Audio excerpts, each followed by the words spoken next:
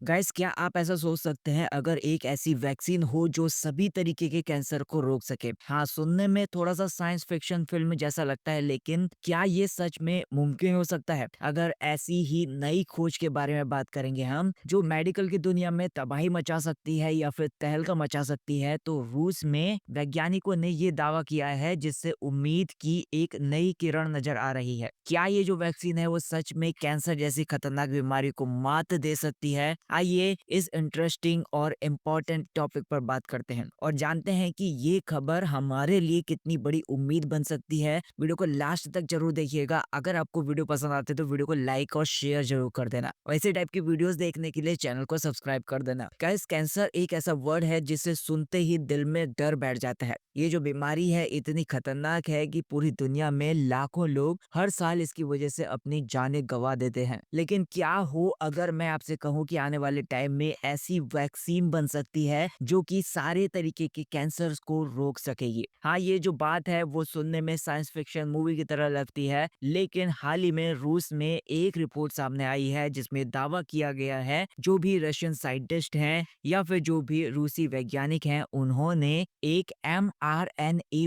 Vaccine तैयार की है जो कि ट्यूमर के विकास और मेटास्टेसिस यानी कि कैंसर के फैलने को रोकने में सक्षम है। तो चलिए इस टॉपिक पर डिटेल से बात करते हैं। रूसी मीडिया के अकॉर्डिंग ये जो वैक्सीन है ये पर्सनली भी बनाई जा सकती है, यानी कि व्यक्तिगत रूप से बनाई जा सकती है, यानी कि किसी पर्सन के ट्यूमर में मौजूद जेनेटिक म्यूटेशन को आर्टिफिशियल इंटेलिजेंस की मदद से जस्ट 1 घंटे में डिटेक्ट किया जा सकता है। रिपोर्ट्स के अनुसार ये जो कैंसर शॉट्स हैं अगले साल से रूस के लोगों को फ्री में अवेलेबल होंगे। अब बात आती है जो वैक्सीन है वो काम कैसे करेगी। इस वैक्सीन के पीछे जो भी टेक्नोलॉजी है वो एक न्यू एंटीजन नाम से प्रोटीन पर बेस्ड है। ये जो प्रोटीन होता है ये केवल कैंसर सेल्स में पाया जाता है। रूसी वैज्ञानिकों का ये दावा है कि उनकी पर्सनलाइज्ड mRNA जो वैक्सीन होने वाली है वो हर पर्सन के ट्यूमर के जेनेटिक डेटा के आधार पर तैयार की जा सकती है या फिर तैयार की जाएगी, और ये शरीर की इम्यून सिस्टम को कैंसर सेल्स को पहचानने और उसे खत्म करने के लिए रिकॉग्नाइज करेगी। अब यहाँ पर कुछ सवाल खड़े होते हैं, जैसे कि क्या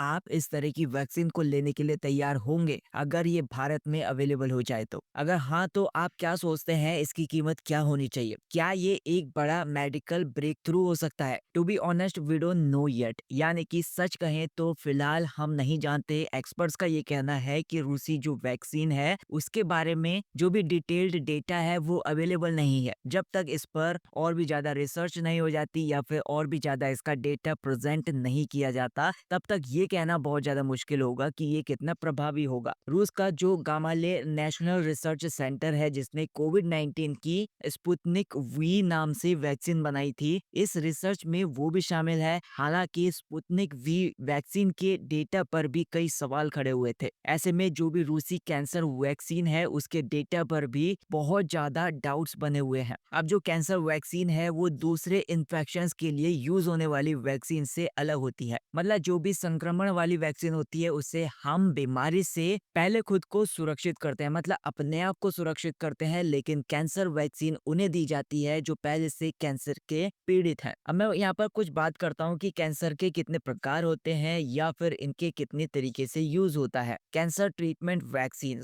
मतलब ये जो वैक्सीन होती हैं ये कैंसर के साथ दूसरे ट्रीटमेंट्स के साथ मिलाकर दिया जाता है। इसका जो उद्देश्य होता है वो कैंसर के रिप्लेस को रोकना होता है। न्यू एंटीजन बेस्ड वैक्सीन जो होती हैं ये बॉडी के अंदर जो भी इम्यून सिस्टम होता है उसको ट्रेन करती हैं ताकि ये जो कैंसर सेल्स होते हैं उनको पहचाना जा सके। इस प्रकार की टेक्नोलॉजी पर रूस और अमेरिका दोनों काम कर रहे हैं। अमेरिका के मेमोरियल स्लोन केटरिंग यानी कि MSK में डॉक्टर विनोद बालाचंद्रन जो है और उनकी टीम है, उन्होंने ये पाया कि कुछ ऐसे मरीज थे जिनका इम्यून सिस्टम कैंसर सेल्स को पहचानने और उसको नष्ट करने में या फिर उसको खत्म करने में सक्षम था। इस सफलता के पीछे या फिर इस सक्सेस के पीछे न्यू एंटीजन प्रोटीन का बहुत बड़ा हाथ था। ये प्रोटीन कैंसर सेल्स को शरीर की इम्यून सिस्टम के लिए दुश्मन की तरह पेश करता है। अगर मैं बात करूं कि क्या अभी तक कोई कैंसर वैक्सीन को अप्रूव किया गया है, फिलहाल US FDA के द्वारा अप्रूव्ड एकमात्र कैंसर वैक्सीन है सिफुलियोसेल टी। इसे 2010 में प्रोटेस्ट कैंसर के के इलाज के लिए अप्रूव किया गया था। लेकिन ये जो वैक्सीन थी, ये वैक्सीन भी जो भी मरीज का जीवन था, उसको केवल एक्सटेंड कर पाती थी, 4 महीने तक ही एक्सटेंड कर पाती थी या फिर 4 महीने तक ही बढ़ा सकती थी। एम्स के जो डॉक्टर हैं अभिषेक शंकर, उनका ये कहना है कि नई वैक्सीन आने पर इसकी कीमत बहुत ज़्यादा होगी।